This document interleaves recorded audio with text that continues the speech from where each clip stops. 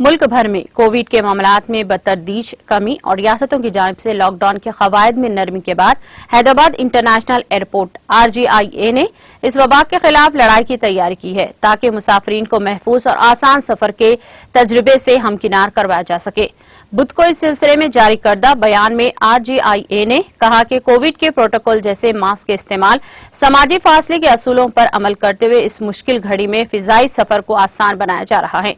उन्होंने कहा कि एयरपोर्ट भर में बेदारी की अलामात लगाई गई हैं, साथ ही एहतियात और सैनिटाइजेशन के बारे में भी बेदारी पैदा की जा रही है ताकि हर किसी को कोविड के बारे में मालूमात हासिल हो सके। काउंटर्स पर रास्त राब्ता में हुजूम से बचने के लिए मुसाफरीन को हिदायत दी गई है कि वो अपने सामान की घर पर ही जांच करवा ले या फिर सेल्फ चेक सहूलत से इस्तेफादा करें। RT-PCR की रिपोर्ट को बैनुल-अक़वामी सफर के लिए लाजमी बनाया गया है। हैदराबाद के इंटरनेशनल एयरपोर्ट ने कोविड के मुआयनों के लिए सरकर्दा लैब्स के साथ इस शिरकत किया है और मुसाफरीन इमिग्रेशन की सतह पर या फिर इंटरनेशनल डिपार्चर टर्मिनल्स पर मुआयने की सहूलत से इस्तेफादा कर सकते हैं। ईमेल या फिर व्हाट्सएप के जरिए इनको रिपोर्ट भेजी जाएगी।